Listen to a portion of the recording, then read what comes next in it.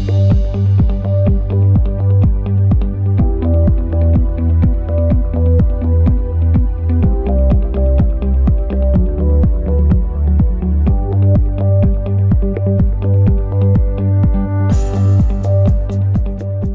screen is also clear. Very good. So now we will start with the last element of the standard, which is basically the management system. And I'll turn this into a presentation format. So basically what is required is, now we talked about three things. Fundamentally, the standard is dealing with competence, impartiality, and consistency. Now for consistency, you need to have a management system. Impartiality we saw initially, and then resources and processes and all those things, all those factors was nothing but competence. And this last clause is basically consistency. So what is required is the laboratory has to establish, document, implement, and maintain a management system. Now, when it says document a management system, so document what? Document to the extent necessary. Okay. Now there is no requirement of any documented procedure except one documented process which you have to give to others, which is the complaint handling process. Other procedures don't have to be documented if, note, this is a big if your laboratory can function without documenting that process and without losing consistency, without losing the integrity of the management system. This is the condition. Not just that I will not document. No. If it is necessary for operation, it has to be documented. But there is no specific requirement that such and such procedure has to be documented or this and this document has to be documented. But there are certain records which will have to be generated, and from them the process of your operation should be visible. That is the requirement. So whenever it says, for example, the risk analysis has to be documented, then naturally it will be documented. And if it is documented, then the procedure by which you generated the risk analysis would be visible. Even if you don't document the procedure, it will be visible from that. Which are the factors you considered? How did you make a scoring? How did you do all that? So it depends on the item that you are doing. So you have to document, implement, and maintain after you establish. Establish means to decide what you are going to do. And then once you decide what you are going to do, then you have to document it. Once you document, you tell what you are going to do, then you implement it. Then you do as you have documented. And lastly, once you do, then you have to ensure that you do that on a continuous basis, which is maintain. So establish means decide, document means to jot down what you decided, implement means to do as you documented, and maintain means to ensure that you have processes in place by which you will continue doing that on a regular basis. So the laboratory quality management system should be capable of supporting and demonstrating a consistent achievement of the requirements of this document. This document is basically the standard 17025, and assuring the quality of the laboratory results. In addition to meeting the requirements of clause 4 to 7, the laboratory shall implement a management system in accordance with option A or option B. Now, what are these? There are two options given. Option A is basically a general management system, which is having a document control method of process of document control, process of records management, the process of addressing risks and opportunities, improvement, corrective actions, internal audits, management review. So all these have to be there. Remember, earlier we did not have any requirement of addressing risk and opportunity actions. This was nothing but preventive action earlier. Okay, but now it is not only risks. Preventive action would be for risks, Now it is not only risks, but it is also opportunities. So which you have to analyze. Where are the opportunities? So grab that opportunity for improvement. So basically, option B is nothing but implementing ISO 9001. So a laboratory can choose to also get ISO 9001 certification in addition to accreditation to 17020, and can then have these particular processes in line with ISO 9001. But usually laboratories don't go in for 9001 and 17025.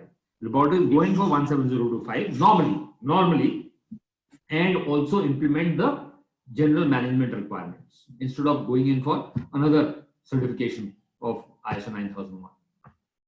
So we will look after option A only, because option B is very simple. Just get certification to ISO 9001. That is option B. Now in option A, what you have to do is the laboratory shall establish, document, and maintain policies and objectives for the fulfillment of the purpose of this document, and shall ensure that the policies and objectives are acknowledged and implemented at all levels of the laboratory. तो हमने क्या देखा? हमने देखा कि laboratory के लिए ये जरूरी है कि वो निश्चित करें कि उनको किस तरह का मैनेजमेंट सिस्टम चाहिए, जिस तरह का चाहिए, जिस तरह से वो इंप्लीमेंट करना चाहते हैं, जिस तरह से वो बनाना चाहते हैं अपना मैनेजमेंट सिस्टम, उसको वो डॉक्यूमेंट कर लें।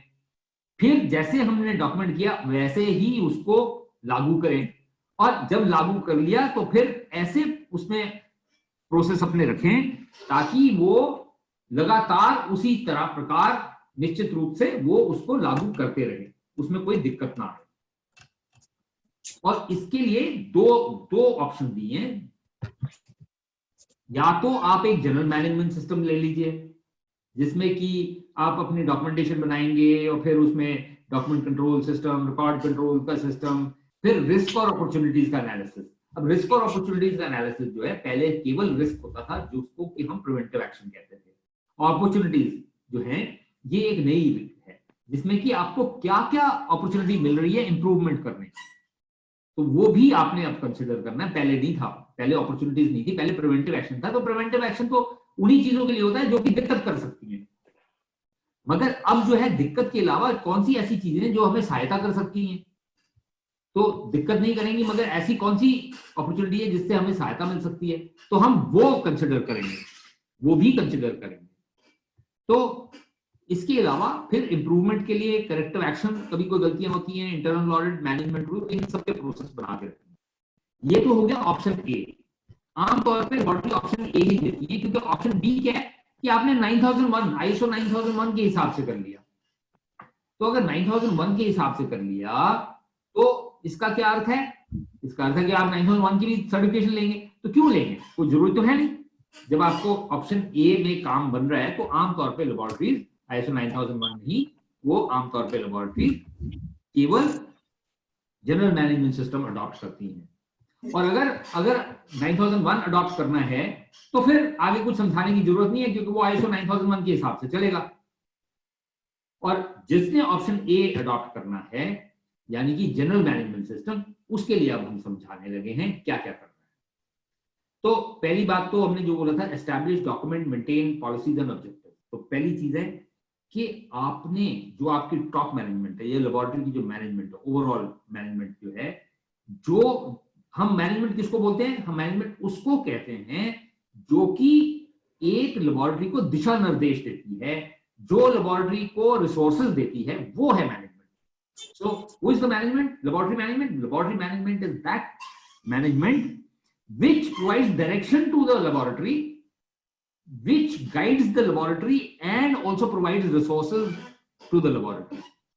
So that management, देखिए अंतर करिए लेबोरेटरी में और लेबोरेटरी की मैनेजमेंट में।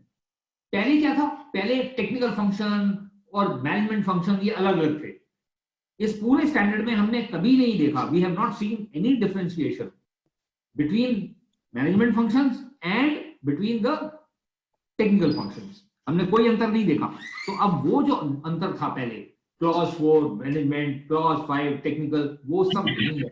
अब सब कुछ इंटीग्रेट हो गया है everything is integrated now. So what is required is that the top management, which is called the laboratory management, the one which is basically providing a direction to the laboratory, the one which is responsible for providing the resources, that is the management that is expected to establish, document and maintain policies and objectives. So उसको policies और objective बनाने हैं, किस लिए बनाने हैं? ताकि वो जो है इस स्टैंडर्ड को 1725 के स्टैंडर्ड की रिक्वायरमेंट्स को पूरा कर सके। और वो जो है ऑब्जेक्टिव किस तरह के होने चाहिए? वो होने चाहिए, हम कहते हैं smart objective, should be smart. ये शब्द याद रखिएगा, स्मार्ट। तो स्मार्ट ऑब्जेक्टिव्स क्या होते हैं? एक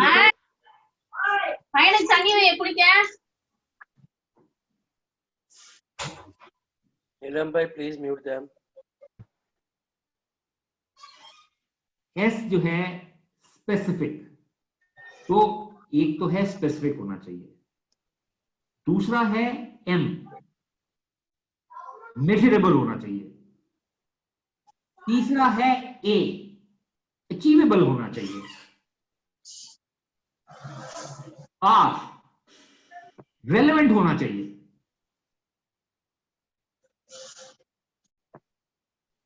ठीक है? और टी क्या होगा? एनीवन? Traceable.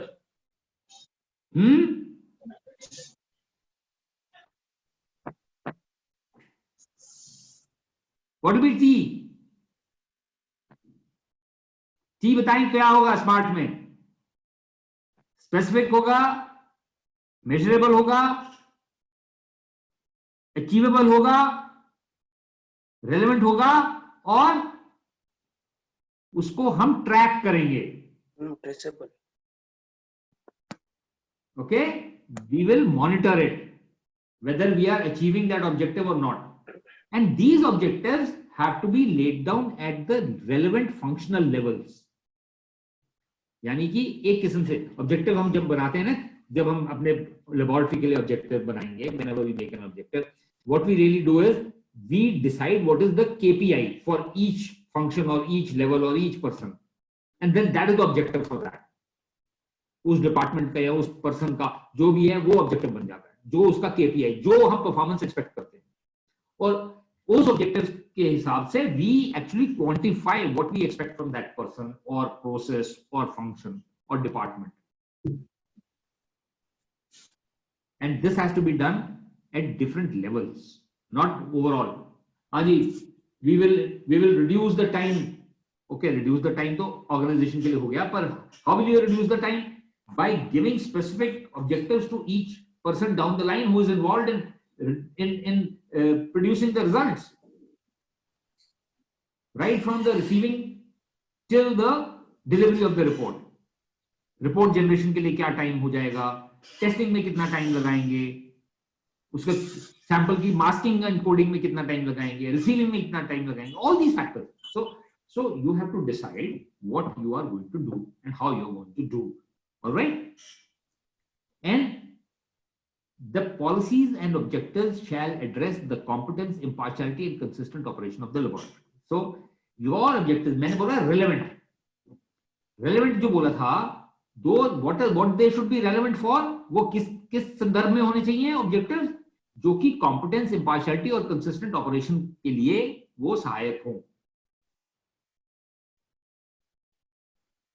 तीसरा है कि laboratory management shall provide evidence of commitment to the development and implementation of the management system and to continually improving its effectiveness. तो ये कमिटमेंट जो है, लेबोरेटरी मैनेजमेंट ने एक कमिटमेंट भी देनी है और उसका एविडेंस होना चाहिए कि वो जो है वो मैनेजमेंट सिस्टम को डेवलप करने में, उसको इंप्लीमेंट करने में और उसको इंप्रूव करने में कोशिश कर रहे हैं। तो पहली चीज तो है कि the management will lay down the policy for the organization, for the laboratory. Number 1। Number 2, वो ये जो है वो सबको नजर आना चाहिए तो इसकी विजिबिलिटी कैसे देते हैं? या तो वो उसको डॉक्यूमेंट कर लेते हैं, जिनके पास वेबसाइट है वो वेबसाइट पे डाल देते हैं कि हमारी ये पॉलिसी है। और तीसरी सबसे इंपॉर्टेंट चीज है कि जो उनके एक्शंस हैं, वो एक्शंस जो हैं वो उस पॉलिसी के संदर्भ में नजर आने चाहिए कि उस पॉलिसी को अचीव करने के लिए वो कर रहे हैं। मान लो मैं पॉलिसी बनाता हूं कि जी मेरी दोस्ती होनी चाहिए, मान लो किसी देश से, और मैं ऑब्जेक्टिव बना लेता हूं कि उस देश के 10 वासी मैं रोज मारूंगा। तो वो जो मेरे ऑब्जेक्टिव हैं वो मेरी पॉलिसी के साथ नहीं है, वो मेल नहीं खाते। Supposing I make a policy that I will use the best possible available technology for testing laboratory. Very good policy. But in my gold laboratory for preliminary screening, I continue to use the touchstone method.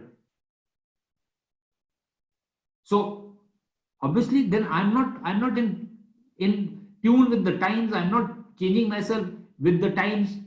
So I'm not using the best practical technology. तो जो मैं policy अपने लिए लगा रहा हूं, और अगर मैंने कहा कि मैं जो मेरे पास बेस्ट टेक्नोलॉजी होगी मैं उसको इस्तेमाल करूंगा, उसको इस्तेमाल करने के बजाय मैं पुराने ही टेक्निक्स इस्तेमाल करता रहूं, तो वो तो बड़ा क्लियर हो जाएगा कि मैं तो इसको अमल ही नहीं कर रहा। So next requirement is all documentation, processes, systems, records related to fulfillment of the requirements of 17025 shall be included in reference from or links to the management system. तो यानी कि जो जितने भी मेरे फॉर्मेट्स बनते हैं, प्रोसीजर्स बनते हैं, या मेरे वर्क इंस्ट्रक्शंस बनते हैं, whatever work instruction, procedure, formats, guidelines, specifications, whatever I do, that all should be linked. और मेरे रिकॉर्ड्स कैसे बनेंगे? जो मेरे फॉर्मेट्स हैं जब मैं भर लेता हूं तो वो रिकॉर्ड बन जाता है। Okay, when I fill up a format, that no longer remains a document. As long as the format is blank, it is a document. Once I fill it, it becomes a record. So a plain format tells me how I intended to do the things. A filled format tells me how I did the things.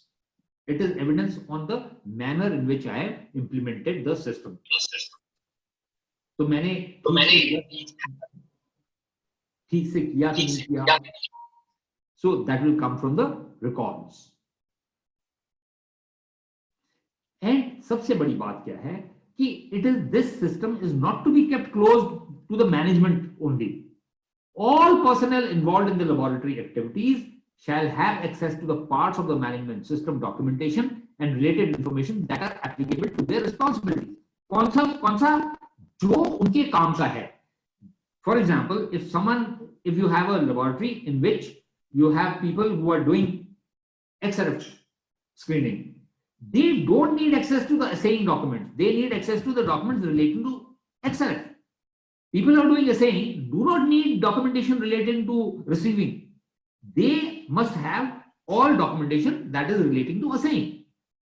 तो जो जिसका काम है उसके relevant part जो है management system का, वो उस व्यक्ति को, उस सेंटर के फंक्शन को या डिपार्टमेंट को वो चीजें अवेलेबल होनी चाहिए. That should be available. So then the first thing that is once you have this documentation in place, आपने डॉक्यूमेंटेशन बना ली, अब जो है you have to control the management system documents. What does control mean? Control मतलब ये नहीं कि मैं सारे को ताला लगा के रख दूंगा, किसी को बताना नहीं. बताना तो है, किसको बताना है? Whom do we have to tell? We have to tell the people who have to implement. जिन लोगों के लिए काम का है वो. तो क्या केवल अपने ही डॉक्यूमेंट्स कंट्रोल करने हैं? Only my documents? No. The standard says the laboratory shall control the documents, both internal and external. यानी कि इंटरनल डॉक्यूमेंट तो वो होंगे जो मैंने अपनी लेबोरेटरी में खुद बनाए हैं, और मेरे जो डॉक्यूमेंट जो बाहर से मैं यूज कर रहा हूं, which are the documents which I use from outside? For example, the BIS standards, NABL documents, the BIS Act, BIS hallmarking regulations, directives, the assaying and hallmarking guidelines. All these documents which are produced by outside agencies, not by the laboratory, are external documents. तो external documents कौन से हैं? NABL के documents और BIS के documents, जो हम लागू करते हैं अपनी लेबोरेटरी में, अपने हॉलमार्किंग सेंटर में, अपने रिफाइनरी लेबोरेटरी में. तो वो स्टैंडर्ड जो laws, act, BIS act, guidelines, assaying and hallmarking centre guidelines, ये सब जो जितने भी डॉक्यूमेंट हैं जो रिफाइनरी की लेबोरेटरी में क्या है, वो BIS के लाइसेंस के रेगुलेशंस जो हैं वो, तो ये जितनी भी चीजें हैं, all these things they are all external documents. अब एक्सटर्नल डॉक्यूमेंट्स का कंट्रोल और इंटरनल डॉक्यूमेंट्स का कंट्रोल में बड़ा अंतर है. सो वो हम देखते हैं क्या अंतर है. पहली चीज तो है डॉक्यूमेंट्स जो हमारे internal documents, the internal documents, the ones that are generated, they are approved for adequacy prior to issuing. So issue कौन करेगा? Authorised person. जिस व्यक्ति को ऑथराइजेशन है डॉक्यूमेंट जारी करने की, वो ही जारी करेगा. Number 1, internal document. Number 2, when you issue those documents to the people who require, then you must also periodically review and update those documents as necessary. अब मान लो क्या है कि ऑडिट हुआ, ऑडिटर ने पॉइंट आउट किया कि नहीं देखो तुम्हारे डॉक्यूमेंट में ये कमी है, या your format requires to put in this information also, so you will modify the document. So you have to review and update the documents as necessary. तो अपडेट कौन करेगा? अपडेट वही करेगा जिसको ऑथराइजेशन है. लोग अपने हिसाब से पेन से नहीं लिख के रख लेंगे. People will not just make changes in their copy and then forget it. No, there has to be a system of changing the documents. The authority for issuing, the authority for changing has to be specified, and that has to be done. ताकि जब आप document change करो, whenever you change the document, the entire laboratory comes to know about it. The relevant people, जिनको काम का है वो document, उन सबको ताकि मालूम रहे कि इसमें ये चेंज हो गया है. तो दूसरी बात यह है कि जब हम डॉक्यूमेंट चेंज करते हैं, supposing we change a document, then it is necessary to identify which was the earlier version and which is the latest version. जब हम डॉक्यूमेंट को मॉडिफाई कर देंगे तो फिर पुराना और नए में अंतर पता चलना चाहिए. तो उसको अंतर को पता करने के लिए कई तरीके अपनाए जा सकते हैं. देयर आर मेनी वेज, जैसे कि हम issue number, revision number, issue date, किसी भी तरह से हम उसको मॉडिफाई करके हम जान सकते हैं कि कौन सा वाला लेटेस्ट है और कौन सा वाला पुराना है. So which is the old one and which is the new one, we can do that. And then once we have the system in place of issuing documents, of reviewing documents, of identifying the latest version and all, we must make sure that the relevant version of the document is available at the point of use and their distribution is controlled. So सबसे बड़ी बात है कि जिन जिन लोगों ने उस document को use करना है, वो जो डॉक्यूमेंट हैं, वो सारे के सारे डॉक्यूमेंट जो हैं, वो लेटेस्ट वर्जन, जो एप्लीकेबल वर्जन है, वो उन लोगों के पास होना चाहिए जिन्होंने उससे काम करना है. And then documents are uniquely identified. So they can be uniquely identified by numbering system. That is the easiest. So therefore you give every document a number so that it's easy. जैसे IS 1418 हम बोलते हैं तो हमें we don't have to spell out the whole title. We just say IS 1418. That's a numbering system, and therefore we get to know which document it is. And when we say IS 1418 2009, we also identified which version. So same way, your documents of the laboratory will also be identifiable. You can have your own system of identification.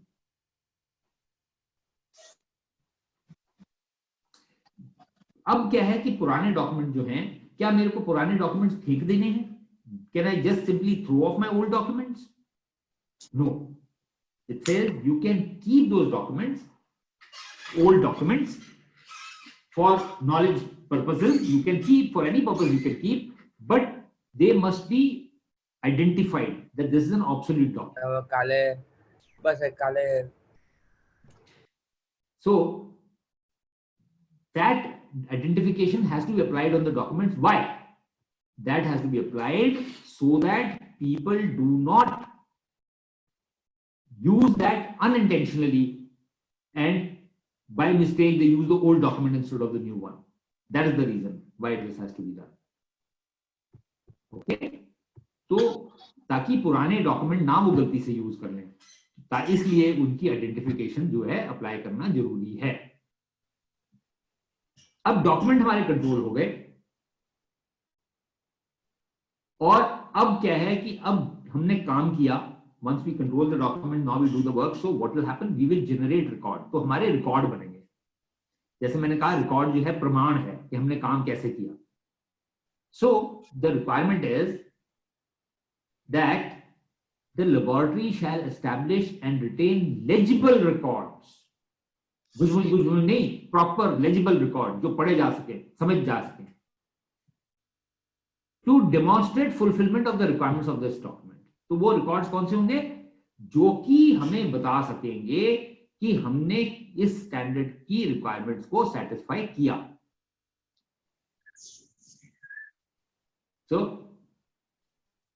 तो इसके लिए क्या कहता है standard, that the laboratory shall implement the controls needed for the identification, storage, protection, backup, archive, retrieval, retention time and disposal of its records. The laboratory shall retain records for a period consistent with its contractual obligations. Access to these records shall be consistent with the confidentiality commitments, and records shall be readily available.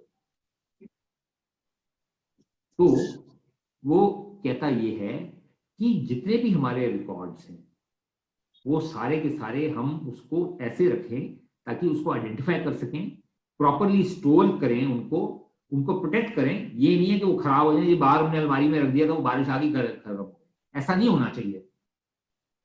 उनको backup कर लें। Backup क्यों लिखते हैं, क्योंकि आजकल computer ज्यादा use होता है, काफी यूज होता है, तो computer usage is there, so that if there is a disk crash or something, at least you have a backup so that you do not lose data. And then archives are some data which you keep, some documents, some records which you keep for permanent times. And then retrieval, so that you keep them in a systematic manner. उनको एक तरीके से रखें ताकि उनको जब हमें किसी आवश्यकता हो तो हम उसको रिकॉर्ड को निकाल सकें। और उनको कितनी देर के लिए रखना है ये भी हम निर्णय लें, और वो निर्णय किस चीज पे निर्भर करेगा, वो निर्भर करेगा हमारी कॉन्ट्रैक्चुअल रिक्वायरमेंट्स पे। It will depend on our contractual requirements, the retention time, it will depend on the need, it will depend on the legal requirements.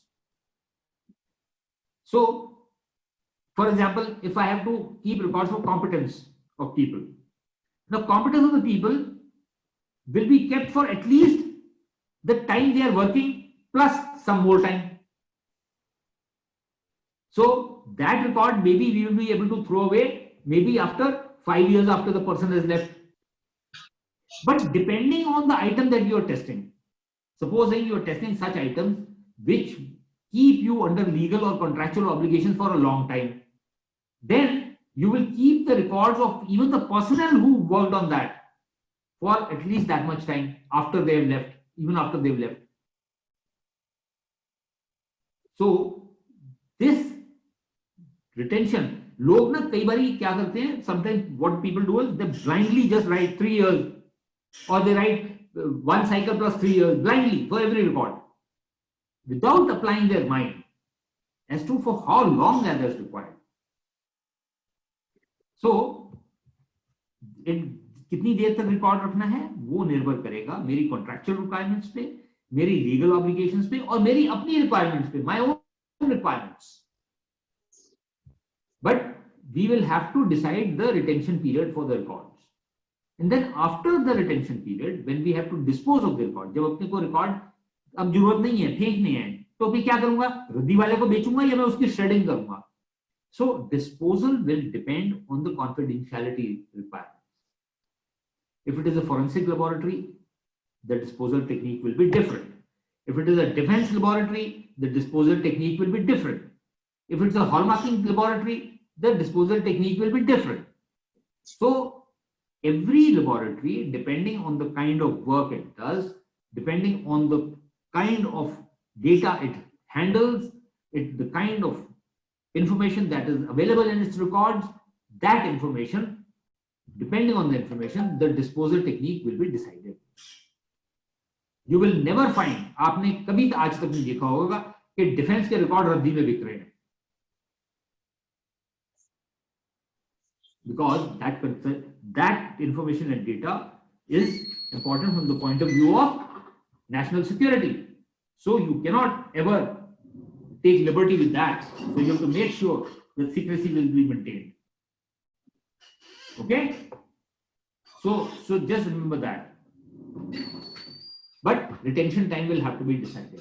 That is certain. Now, once you have controlled your documents and controlled your records, now another requirement, which is a new requirement, is the actions to address risks and opportunities. Not only the risks, but also the opportunities. This could be financial risk, this could be technical risk, any risk apart from impartiality. Impartiality risks we had seen, how impartiality risks are calculated. Same way, same situation, now you will calculate, you will identify risks and also identify opportunities for other aspects of your laboratory functioning. So, for example, you may have actions to reduce potential failures in laboratory activities. So, for potential failures in laboratory activities, what do? I have a system of preventive maintenance. For example, equipment के case में. So, I will identify those situations which can cause problems in achieving the objectives of the laboratory. I will identify those situations which can help me improve my laboratory function. तो मेरे को क्या करना है कि जो चीजें मेरे काम करने में बाधा डाल सकती हैं, जिसमें मेरे अगर ये हो गया तो मेरा काम रुक जाएगा, या मैं ये करूंगा तो मेरा काम बढ़िया होगा, तो वो अपॉर्चुनिटी हो गई. तो वो दोनों मेरे को आइडेंटिफाई करने हैं और उसका एक एनालिसिस करना है मेरे को. जैसे मैंने इंपार्शियलिटी के लिए किया था एनालिसिस, बिल्कुल वैसे ही एनालिसिस करना है, मगर वहां पे मैंने इंपार्शियलिटी के लिए किया था, यहां मैं अपने काम के लिए सिचुएशंस जो हैं वो गैदर करके और मैं वो डिसाइड करके और फिर मैं वो अपॉर्चुनिटीज और रिस्क जो है एनालाइज करूंगा और उसी प्रकार मैं अपना, तो ये एक किस्म से मेरे को ऑब्जेक्टिव्स मिल जाएंगे कि मेरे को ये करना है, ये मैं कर सकता हूं. तो इस चीज को भी मैं कंटिन्यूअली मैं इसको रिव्यू करता रहूंगा ताकि मैं अपनी इंप्रूवमेंट करता रहूं. ये एक इंप्रूवमेंट करने का तरीका है. तो क्या करना है, पहली चीज तो ये है कि मेरे को आइडेंटिफाई करना है कि वो कौन सी सिचुएशंस हैं जो कि मेरे को रिस्क देती हैं, which are those situations which cause me, which can create a risk situation for me, or which are those opportunities available to me, which are those situations which give me an opportunity to improve. एक बारी ये मैंने identify कर लिया, then I have to identify what are the actions that I need to take to address those risks and opportunities. तो पहला होता है आइडेंटिफाई करना, दूसरा होता है उसको एड्रेस करना, मतलब डिसाइड करना कि मैं इसको रिस्क को कैसे कम करूंगा या इस अपॉर्चुनिटी को मैं कैसे बढ़ाऊंगा. और ये अलग से नहीं रहेगा, इसको मेरे को इंटीग्रेट करना है, मेरे को अपने काम करने का, मेरे को अपना लाइफस्टाइल बनाना है वो. और एक बारी मैंने उसको इंप्लीमेंट करना शुरू कर दिया, once I started implementing that, then I must evaluate the effectiveness of these actions. ये पहले नहीं था, पहले प्रिवेंटिव एक्शन में नहीं था, तो उसके बाद evaluate the effectiveness of these actions. तो ये जो मैंने एक्शन लिए रिस्क के लिए, रिस्क को प्रिवेंट करने के लिए, मिटिगेट करने के लिए, या मैंने एक्शन लिया मेरे अपॉर्चुनिटीज को बढ़ाने के लिए, तो इन सब में मैंने जब इंप्लीमेंट किया तो उसका मेरे को फायदा हुआ कि नहीं हुआ, वॉज दैट इफेक्टिव यानी कि उससे मेरे को जो मैं चाहता था उससे, उस प्रोसेस से क्या मेरे को प्रोसेस में वो मिला कि नहीं मिला.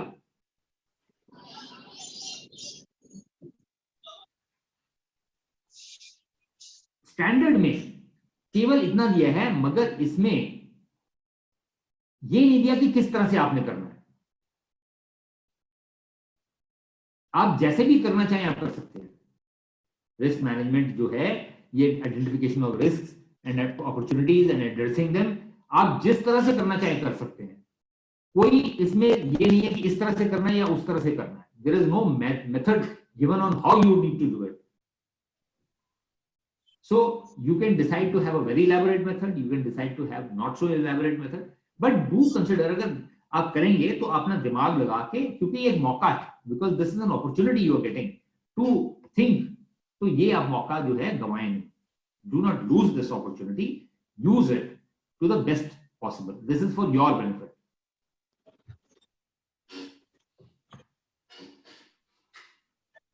So जब मैंने ये डिसाइड कर लिया रिस्क और अपॉर्चुनिटीज, तो इनके ऊपर मैंने जो एक्शन लेना है, the action that I need to take, it has to be proportionate to the benefit और proportionate to the adverse impact that will have.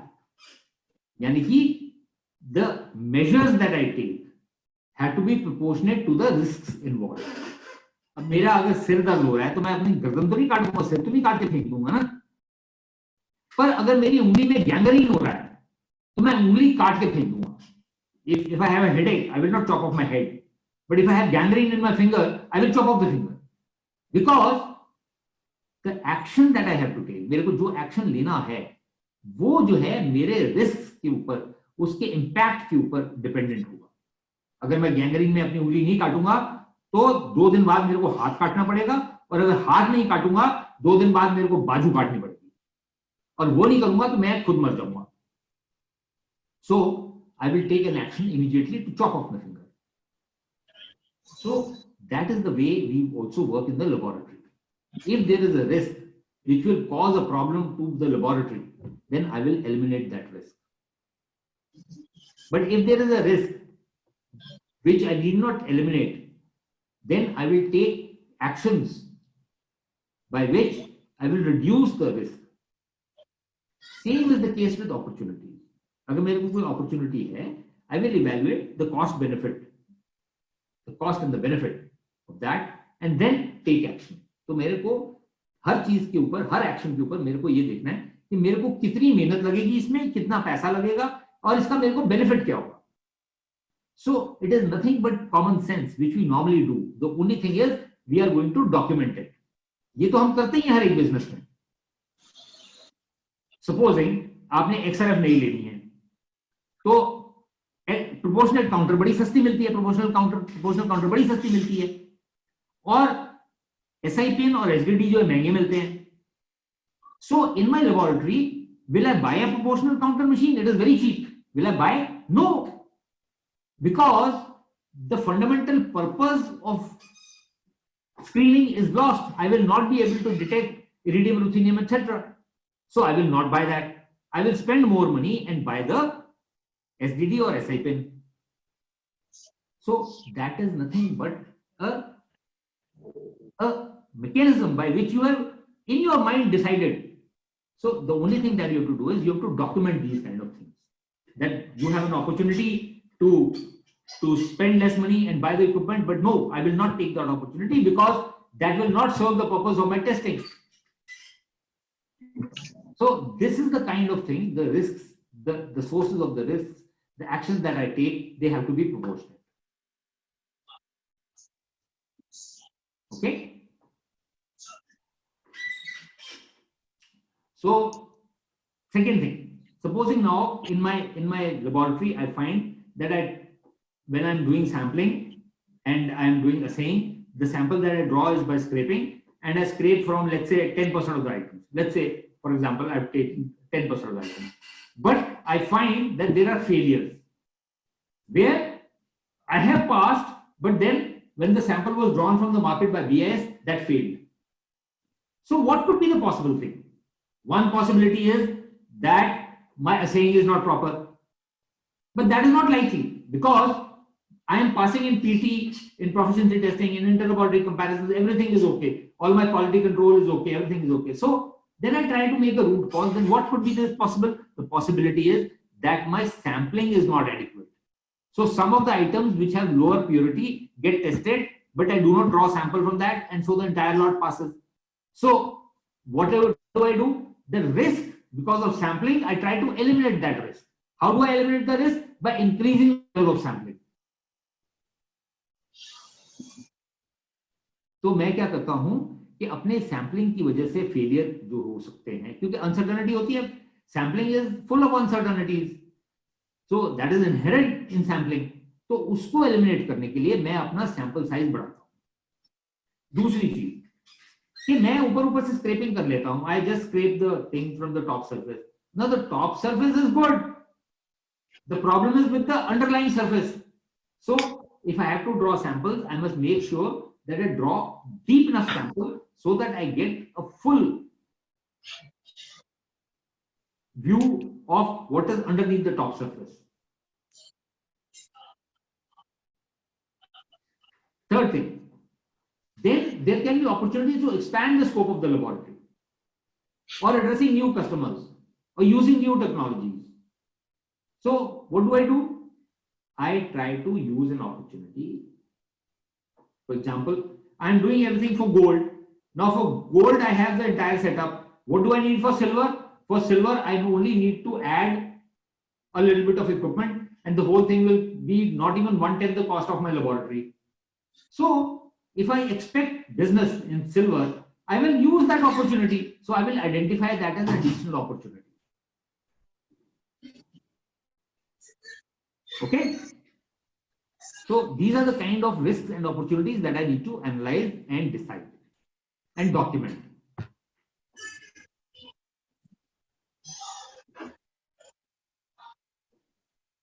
Next is that the laboratory management will decide on improvement actions. Which one? They will first of all identify and select opportunities for improvement and implement any necessary action.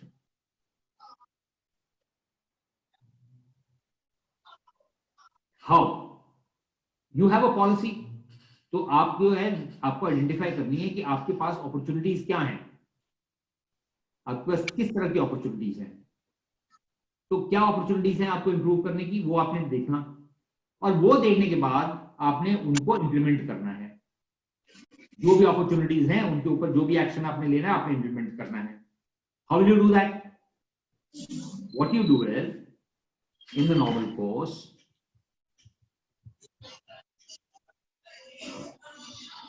you first of all decide which are the opportunities. सबसे पहले आप ये देखेंगे कौन सी opportunity है और वो opportunity क्या आपके पॉलिसी और ऑब्जेक्टिव्स के हिसाब से है कि नहीं।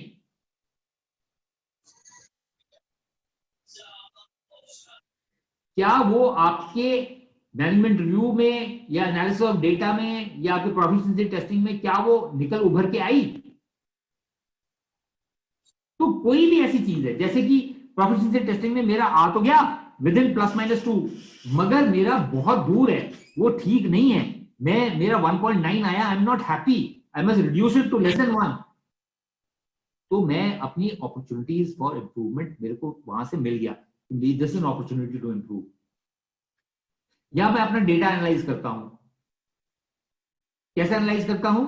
That I do repeat testing, I retain the sample and do repeat testing. And when I do repeat testing, the difference between my earlier testing and the later testing, the difference is, let's say 0.4 ppt.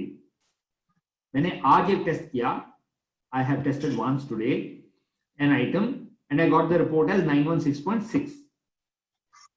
Next time after 3-4 days I had retained the samples, I did the testing again and I got a result, let's say 916.2. Now, is this difference acceptable to me? This is another form of data analysis by which you will decide whether or not you are happy with it and you want to improve. So this is giving you an opportunity to improve. Here, आपकी suggestions आ सकती हैं improvement की. There can be situations where people give you a suggestion for improvement. So when they give you a suggestion for improvement, you have to act on that. You have to evaluate. आप management review में लेके जाएंगे, you will take it in your management review and decide if we have received this suggestion, so is it worthwhile to implement that suggestion, what are the pros and cons of that suggestion, how much will it cost, how much time will it take, how many resources will it require, what will be the benefit. You will evaluate all these things. that is how this is called identify and select opportunities for improvement. आप identify तो कर लिया, मगर उसके cost benefit, जो मैं बार बार कह रहा हूं, कॉस्ट बेनिफिट के बेसिस पे, on the basis of cost benefit, you will decide which are the opportunities that you wish to use for improvement. Then another requirement is that you have to seek feedback from your clients, from your customers. अभी अगर आप feedback लेते हो कि यदि आप हमारे काम से खुश हो, हाँ ना, that's also feedback you can take, but that will not lead you anywhere. उससे कोई फायदा नहीं होने वाला. आपने स्टैंडर्ड की रिक्वायरमेंट तो मीट कर ली कि हमने फीडबैक ले लिया, but what is the purpose of getting feedback? The purpose of getting feedback is they should give you an opportunity to improve. वो आपको बता सकें कि हमें किस जगह पे इंप्रूवमेंट करने की आवश्यकता है. यानी कि मैं जैसे फीडबैक लेता हूं तो I will write, is my reception time adequate, less or more than acceptable? Are my people treating you well? When we issue the report, are the reports having enough data to meet your requirements? When we give results, are you satisfied with the results? Do you think our results are accurate? तो जो छोटी छोटी चीजें हैं, वो सारी की सारी चीजें मैं अपने उसमें डालूंगा. Is the time taken between receiving and giving the results, is that acceptable to you? भाई कोई भी क्लाइंट बोलेगा कि नहीं मेरे को तो इमीडिएटली रिजल्ट दो. Any client will say no, I want results very fast. I want faster than you can do. So, but you need to find that what really pinches. ये फीडबैक का system, इसकी दो वजह है. एक तो ये है कि आप इंप्रूवमेंट अपनी करेंगे, you will improve your laboratory. But the most important part in getting feedback is, at least in the case of external customers, that you will not lose the customer, because it has been seen, ये देखा गया है कि 9 में से 9 customers जो हैं 10 में से वो आपको कुछ नहीं बोलेंगे. अगर आपसे सेटिस्फाइड नहीं होंगे, आपको कुछ नहीं बोलेंगे.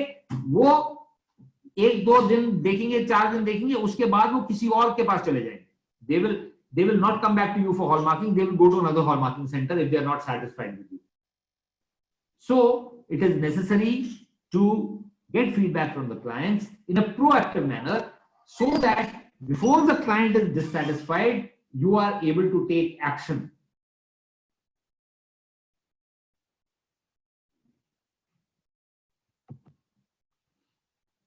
So once you get the feedback, once you have decided on your errors, whatever have occurred, so when you do all that, then what is required? Then what is required is that you need to take corrective actions. When there are risks and opportunities, you have to take corrective action to eliminate the risks. When there is any kind of a non-conformity in your working, then you need to take action to take corrective action to eliminate the cause of that non-conformity. मैंने बताया था ना कि correction और corrective action. तो correction तो है गलती सुधारना, और करेक्टिव एक्शन क्या है? करेक्टिव एक्शन है उस गलती की वजह को हटाना. And when we do risks and opportunities, then before a mistake can occur, risks को eliminate करना मतलब before the mistake can occur, जैसे कि preventive action था, उसको पहले ही sort out कर लेना, पहले ही उस पे एक्शन ले लेना. तो जो हमारी नॉन कंफॉर्मिटी के ऊपर हम एक्शन लेते हैं, करेक्टिव एक्शन जब भी हम लेते हैं, वो है रिएक्टिव एक्शन, यानी कि गलती होने के बाद हम रिएक्शन करते हैं. और जब हमारी बिना गलती हुए ही हम एक्शन लेते हैं तो उसको बोलते हैं प्रिवेंटिव एक्शन. वो होता है प्रोएक्टिव एक्शन. प्रोएक्टिव यानी कि स्वेच्छा से, जैसे रिस्क एंड अपॉर्चुनिटी एनालिसिस करके हम एक्शन ले रहे हैं, स्वेच्छा से ले रहे हैं. हम रिएक्शन नहीं कर रहे, हमारी कोई गलती नहीं हुई, तो प्रोएक्टिव है. वो हम प्रोएक्टिव है, हम पहले ही अपने इनिशिएटिव से हम करते हैं. So we take our own initiative, we don't react to the situation, we are proactive. So, but corrective action is reactive. So, जब भी हमारी कोई non-conformity होती है, तो what we have to do is, whenever there is a non-conformity, non-conformity, you have to take action to control and correct it. तो पहली चीज तो ये है कि उसको करेक्शन करना, you have to correct, and second is address the consequences. तो उसके जो consequences हैं, जो उसका resultant है, उसको control करना, कि उसको address कैसे करें. So फिर उसके बाद हमें ये देखना है कि ये जो हुआ, ये जो नॉन कन्फॉर्मिटी हुई, इसकी वजह क्या थी. So you need to evaluate the need for action to eliminate the causes of the non-conformity so that it does not recur or occur elsewhere. वही गलती दूसरी जगह ना हो और वो वाली गलती या उस तरह की गलती दोबारा ना हो. तो क्या करेंगे? First of all you will review and analyse the non-conformity, कि नॉन-कन्फॉर्मिटी क्या है और फिर क्यों हुई वो, उसकी कॉज, और फिर ये देखें कि भाई ये यहां पे गलती हुई, कहीं कोई और जगह तो नहीं है कि ऐसी गलती हो सके. Is there a possibility that such a mistake can occur in other places also? That also we have to see, and then we implement, we decide what is the action taken, the action to be taken to eliminate the cause. We implement that action, and then एक बार उसको implementation कर देते हैं action की, हमने corrective action ले लिया, तो we don't forget.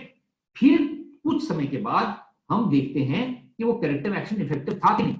I have taken action, but the situation remains the same. Suppose करो मैंने with respect to failure of an item, my sample was drawn by BAS laboratory, that failed, and now I have taken corrective action. I said, okay, my corrective action will be that I will do higher sampling. Now, by doing higher sampling also, still again the same failure is occurring. In the market samples, again the failure is occurring. Now I will have to review. तो ये मेरे को review करना पड़ेगा कि मैं corrective action ले लिया, I have taken the corrective action, yet there is a problem. तो इसका मतलब है मेरा corrective action effective नहीं था, क्योंकि उससे मेरी स्थिति सुधरी नहीं, अभी भी गलतियां हो रही हैं, अभी भी failure हो रहे हैं. तो उसके लिए मेरे को क्या करना है? मैंने फिर रिव्यू किया और मैंने देखा कि असल में क्या प्रॉब्लम है, कि मेरा जो प्रूफ गोल्ड है, वो प्रूफ गोल्ड जो है वो 49 नहीं है, वो 999 है, जिसकी वजह से 0.1 पीपीटी मेरा वैसे ही रिजल्ट में फर्क आ जाएगा.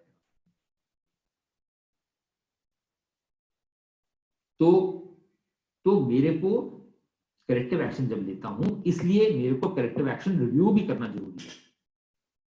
By reviewing the corrective actions, I see whether now the situation is better or not. So, और कौन सा तरीका है कि जब मैंने ये एक्शन ले लिया, then I must also review my risk and opportunities matrix which I made, and I must also make changes to my management system if it is required. अभी अगर मैंने डिसाइड कर लो कि मैंने अब माना कि मेरे करेक्टिव एक्शन में मेरा sampling I have to increase, so then to increase the sampling I will change my management system, I will change my sampling plan, I will inform the people who have do the sampling that now the sampling will have to be done at a higher level. Instead of 10%, we will take 20%.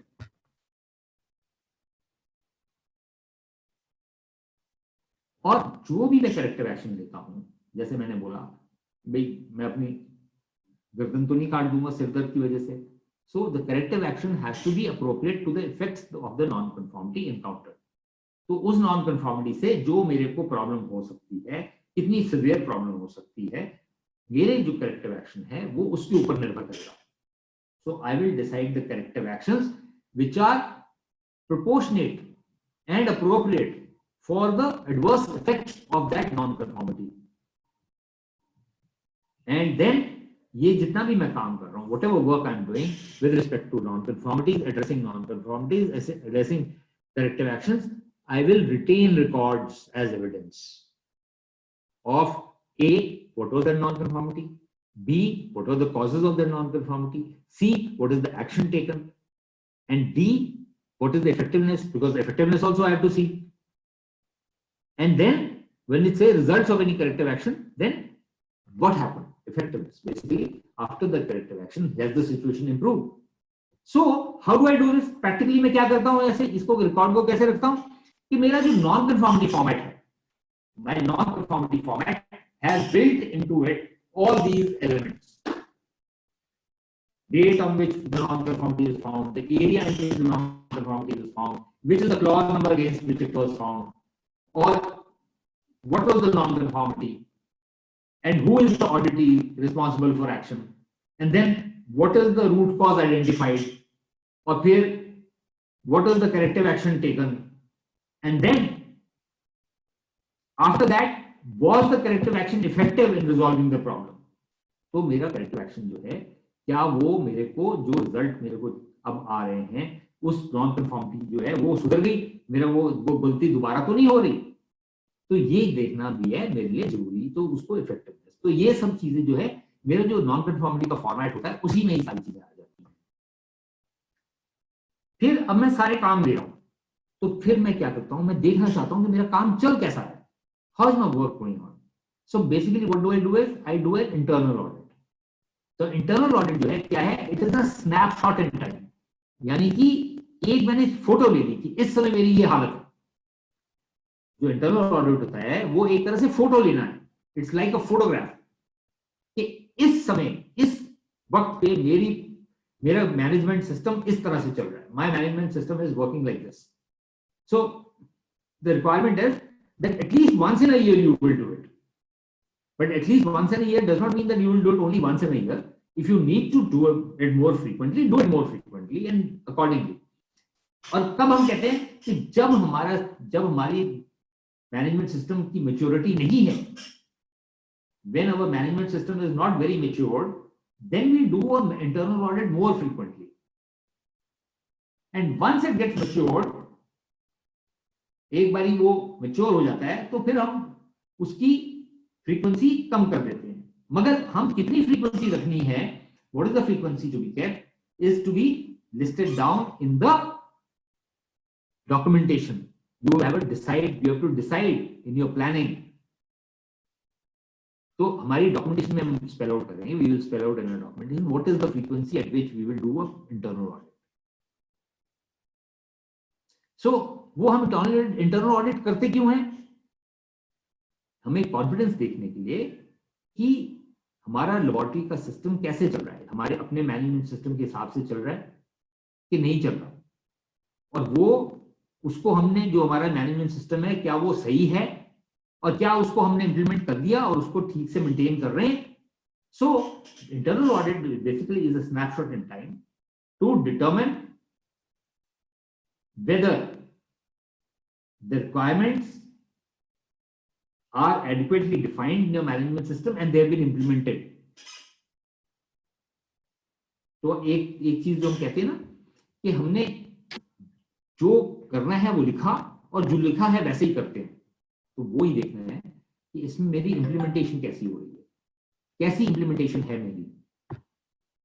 तो इसके लिए the laboratory has to plan, establish, implement and maintain an audit program, including the frequency, methods, responsibility, planning requirements and reporting, which shall take into consideration the importance of the laboratory activities concerned, changes affecting the laboratory and the results of previous audits.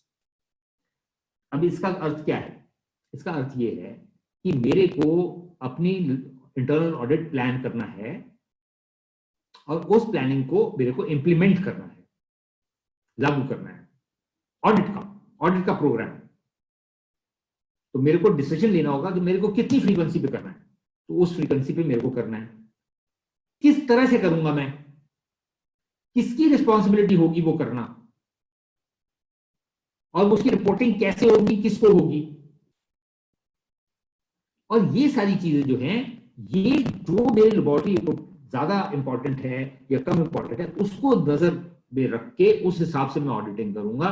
और सबसे बड़ी बात यह है कि जो पहले के ऑडिट रिजल्ट्स थे उनको भी देखूंगा। मान लो मेरे I do an internal audit, assuming I do an internal audit of my assaying department and I find that the assay laboratory has lot many non-conformities, मगर दूसरे एरिया में मेरे को कोई non-conformity नहीं मिलती, तो मैं ये भी कर सकता हूं कि assaying वाले सेक्शन की मैं इंटरनल ऑडिट जो है साल में 4 बार किया, मगर दूसरों का मैंने साल में 2 बार किया या दूसरों का 1 बार किया, क्योंकि वहां पे मेरे पास प्रॉब्लम नहीं है।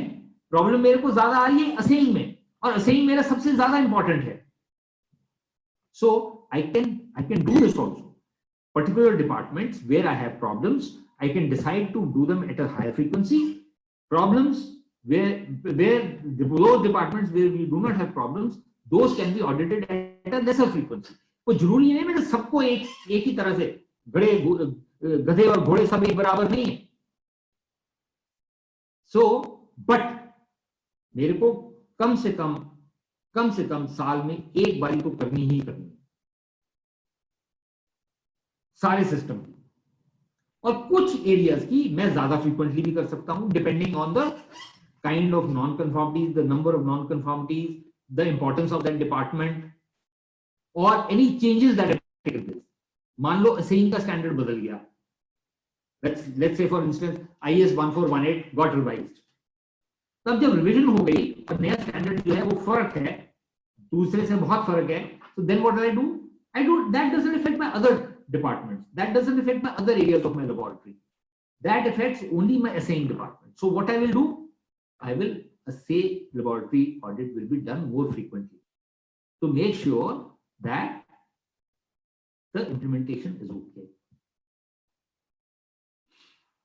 So I will first of all decide the audit criteria and the scope. तो ऑडिट क्राइटेरिया तो मेरे क्लियर है. मेरा audit criteria will always be my documentation. It will be 17025, it will be 15820, it will be BIS requirements, it will be NABL requirements, and it will be my own documented system.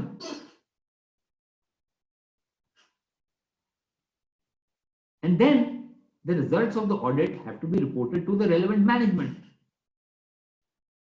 And if there are any actions required because of non-conformities, then that has to be done without undue delay. Undue delay यानी ये नहीं कि अच्छा ठीक है मैं कर लूंगा अगले साल कर लूंगा, अब तो अगला ऑडिट अगले साल होना है ना तो कोई बात नहीं मैं अगले साल तक कर लूंगा. No, whatever action has to be taken promptly. Promptly मतलब undue delay. There should be no delay. देरी नहीं होनी चाहिए. किस तरह का एक्शन चाहिए उसके ऊपर डिपेंड करेगा कि उसको देरी किस चीज को मानते हो. कुछ एक्शन ऐसे हो सकते हैं लोगों बोले तुरंत उसी समय मेरे को एक्शन लेना है. कुछ एक्शन हो सकते हैं कि ठीक है मैं कल ले लूंगा, परसों ले लूंगा, 2 दिन बाद ले लूंगा, उसमें कोई बात नहीं. And then records have to be retained as evidence.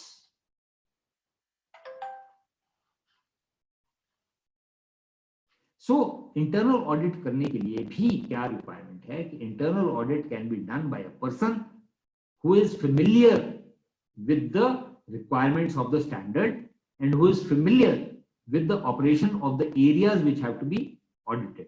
पहली चीज फंडामेंटल ये है. दूसरा फंडामेंटल ये है कि जिस व्यक्ति का वो एरिया है वो व्यक्ति ऑडिट नहीं करेगा. That means you do not audit your own work. The auditor must be competent for auditing. He must know the auditing technique. He must know IS 15820. He must know ISO 17025. He must know the functioning of that area which he is going to audit. He must know the management system documentation, and only then he can audit. So this is a requirement. Competence of the auditor. And then independence. Competence and independence. So the auditor will be independent if he does not audit his own work. अपने काम को मैं audit नहीं करूंगा. All right. So the laboratory management, after doing internal audits, everything will now, what will it do? It will review the functioning of the laboratory at planned intervals. तो ये भी जो है मैं जो मैनेजमेंट रिव्यू करूंगा वो एक प्लान्ड इंटरवल्स पे होगी. What is the purpose of management review? To ensure continuing suitability of the management system, to ensure that the management system is adequate and it is effective and the policy and objectives are being fulfilled. तो जो purpose है management system का review का, that is called management review, उसका purpose है पहला ये कि वो देखें कि हमारे जितनी भी जो मैनेजमेंट सिस्टम है वो जो है सूटेबल है, क्या वो पर्याप्त है, और वो जो है इफेक्टिव है, हमें जिस तरह के रिजल्ट चाहिए अपनी लेबोरेटरी से, जो परफॉर्मेंस चाहिए लेबोरेटरी की, क्या वो देने में सक्षम है, हमारी मदद करता है, क्या हमारे पॉलिसी और ऑब्जेक्टिव जो है क्या वो हम पूरे कर पा रहे हैं। तो इसके लिए क्या है, एक रिकॉर्ड्स मेंटेन होंगे मैनेजमेंट रिव्यू के, और सबसे पहले जो है इनपुट क्या देंगे, ये सब रिव्यू करने के लिए इनपुट देनी पड़ेगी ना, कुछ इनपुट देंगे तभी तो आउटपुट निकलेगी। तो इनपुट क्या होगी कि क्या चेंजेस हैं एक्सटर्नल या इंटरनल, या क्या इश्यूज हैं इंटरनल या एक्सटर्नल, हमारे ऑब्जेक्टिव कितने फुलफिल हुए। तो जो मैं स्मार्ट बोल रहा था, स्मार्ट ऑब्जेक्टिव्स, वो स्मार्ट किस लिए, वो स्मार्ट इसलिए कि हम उनको मेजर कर लें और उनका ट्रेंड पता कर लें, और वो ऑब्जेक्टिव्स की कितने फुलफिल हुए, क्या हुआ वो हम, ताकि मैनेजमेंट रिव्यू में एनालिसिस करके दे सकें। तो फिर suitability of policies and procedures, वो इनपुट जाएगी कि भाई हमारे पॉलिसी प्रोसीजर क्या ठीक से चल रहे हैं कि नहीं चल रहे हैं, और जो पिछले मैनेजमेंट रिव्यू में हमने एक्शन लिए थे, सोचे थे कि हम लेंगे, क्या वो एक्शन पूरे हुए कि नहीं हुए। फिर कोई इंटरनल ऑडिट है, उसके रिजल्ट्स, जो नॉन कंफर्मिटीज वर्किंग में आई या इंटरनल ऑडिट में आई या हो सकता है एक्सटर्नल ऑडिट में आई, उनके करेक्टिव एक्शंस, जो बाहर की बॉडीज ने हमारे को ऑडिट किया या असेसमेंट किया, उनका क्या रिजल्ट था, या हमारे काम में जो, या हमारे काम के किस तरह के सैंपल्स आ रहे हैं, क्या वो कुछ बदलाव आ गया है, काम के वॉल्यूम में बदलाव आ गया है। भाई हो सकता है काम बढ़ गया है, तो जिसकी वजह से मेरे को ज्यादा लोग चाहिए होंगे, या हो सकता है मेरे को एक और एक्सआरएफ खरीदनी पड़ जाए। सो इस तरह से जो है मैं अपना changes in the volume and type of work और in the range of laboratory activities. भाई मेरे पास पहले सैंपल जो थे 916 तक आते थे, अब मेरे पास सैंपल जो है 995 के भी आ रहे हैं, but 995 is not covered in my scope of accreditation. So I can then work towards getting my scope of accreditation extended so that I can do that work. There are a lot of inquiries coming. यदि आप accredited हैं 995 के लिए, तो मैं आपको दूं sample. So you say no, I'm not accredited, so the work doesn't come to you. But that inquiry is an input for your management review, for your management, so that you can decide whether or not to go in for accreditation for 995 also, seek extension of scope. Then customer and personal feedback. पहले customer feedback था, अब personal feedback भी है। जो लोग हमारी laboratory के अंदर काम करते हैं उनसे भी तो फीडबैक मिल सकता है ना, जो लोग काम करते हैं। See the person who is actually doing the work, he gets to know what the problems are, and when he gets to know what the problems are, he is in the best situation to not only tell the problem but also suggest what can be done. So the feedback from personnel has been built in. Then another input for the management review meeting is complaints, because complaints are a measure of dissatisfaction. तो वो जो है alert कर देते हैं कि देखो हमारे क्लाइंट्स जब खुश नहीं है, तो प्रॉब्लम है जो कंप्लेंट आई। And then effectiveness of any implemented improvement, तो हमने रिस्क एनालिसिस किया था, इंप्रूवमेंट एक्शन अपॉर्चुनिटीज किया था, we had implemented that. So after that what was the result of effectiveness, that we will discuss. Then adequacy of resources. You may feel that no, what is happening is some department will give you feedback, I'm getting a lot of work, I'm not able to cope up, the one machine is not good enough for me, it takes a lot of time for XRF, so therefore I need to have another XRF. Maybe that will be the result. Or my sampling requires, I require a lot of sampling, so one sampler is not enough, I need to have one more additional sampler. So maybe you will have to identify, you need 2 samplers. Then results of risk identification, क्योंकि risk identification है ही नया, so therefore this is a new requirement. And outcome of the assurance of validity of results. So what are the means of outcome of assurance? ILC, proficiency testing, all these measures that we have taken, they are basically the methods by which we are assuring the validity of results. So what is the outcome of that? That also will be discussed and given as an input to the MRM. और कोई factors हो सकते हैं, training जैसे हो गई. So any other factors like मैंने monitoring की, लोगों की देखी और मैं देखता हूं कि लोगों को काम नहीं आता ठीक से, दिक्कत है या स्लो करते हैं, we need to train them further. और they know practically how to do the work but they do not know the theoretical aspects of that work. भाई आप काम तो ठीक कर लेते हो मगर आपको क्यों ऐसा हो रहा है वो आपको मालूम नहीं है.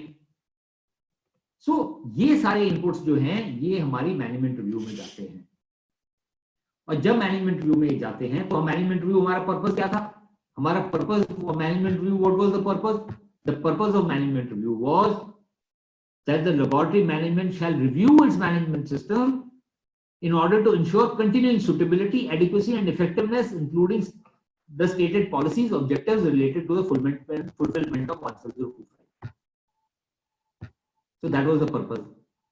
So now the output तो जो होगी वो पर्पस के हिसाब से आउटपुट होगी मेरे मैनेजमेंट रिव्यू में.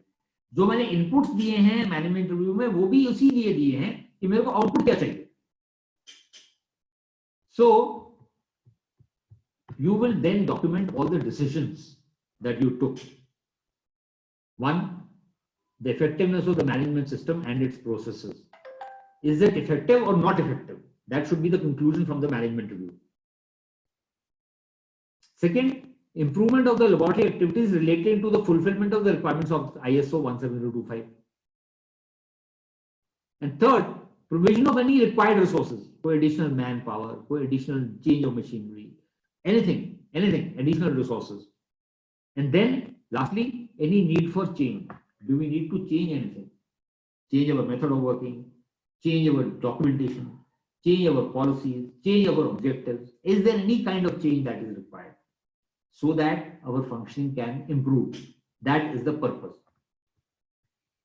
So, ladies and gentlemen, this brings us to the end of this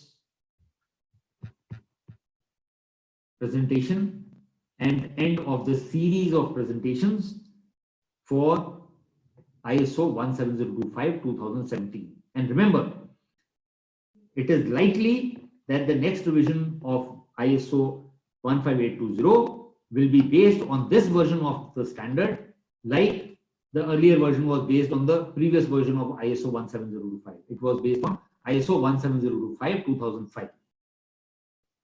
So I hope you have been able to understand. If there are any issues that you did not understand or you want elaboration, please, I will take questions and answers now.